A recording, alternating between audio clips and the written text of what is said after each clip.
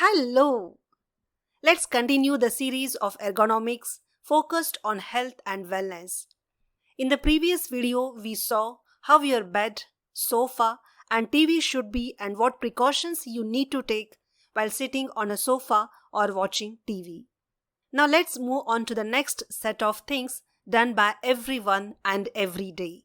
And at the end, I'm going to give you some easy to follow tips for a healthy life, so watch till the end. Let's begin. My name is Anjali. I'm an architect and interior designer by education. In today's digital age, most commonly people are experiencing neck strain, shoulder tension, backache, and even finger numbness. This will lead to distraction, poor concentration, and thus bad performance. And it is very sad that there is no permanent solution to this other than regular exercise and correct posture. Reading, writing, and watching are part of our daily routine. Then how can we continue doing them without experiencing pain? I will explain simple ergonomic postures with examples which are easy to follow. When you are reading a book or scrolling on your device, your posture is key. Think about how you hold your book, phone, e-reader, or laptop. In a sitting position, make sure your back is pressed and parallel to the back of the chair. Sit upright in your chair with knees bent at a 90-degree angle and use footrest if needed.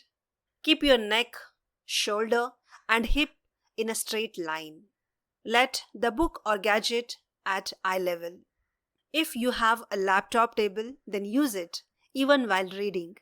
If not, then raise the height with books or boxes below, but don't bend your neck. Distance between book and you can be little less than your arm length. Now let's move from reading to the art of writing or typing. Many times we sit on the bed with the laptop on our lap with our necks fully bent down. But this is very wrong posture and will harm the body in the long run.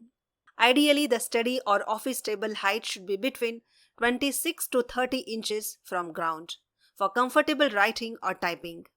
For growing kids, opt for a height adjustable ergonomic chair to maintain good posture.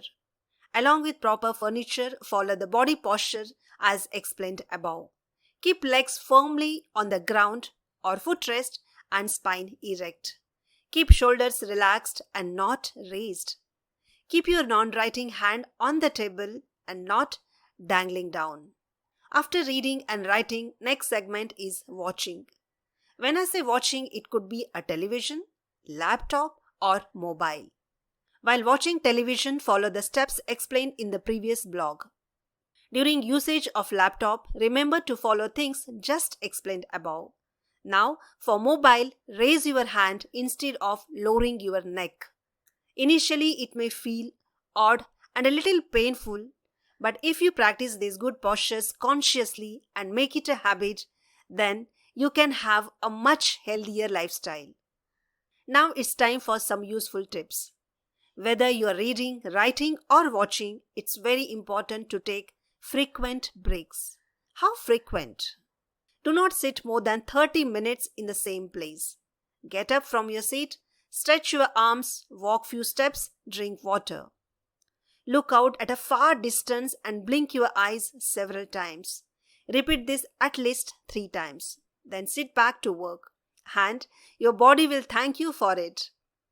As I mentioned earlier, with a healthy body, you can have comfort and a healthy mind, which in turn yields better performance.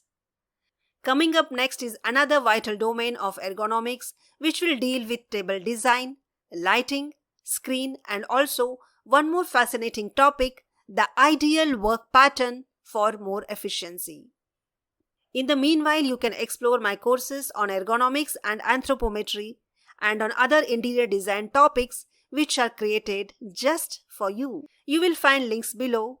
Till then, take care and bye-bye.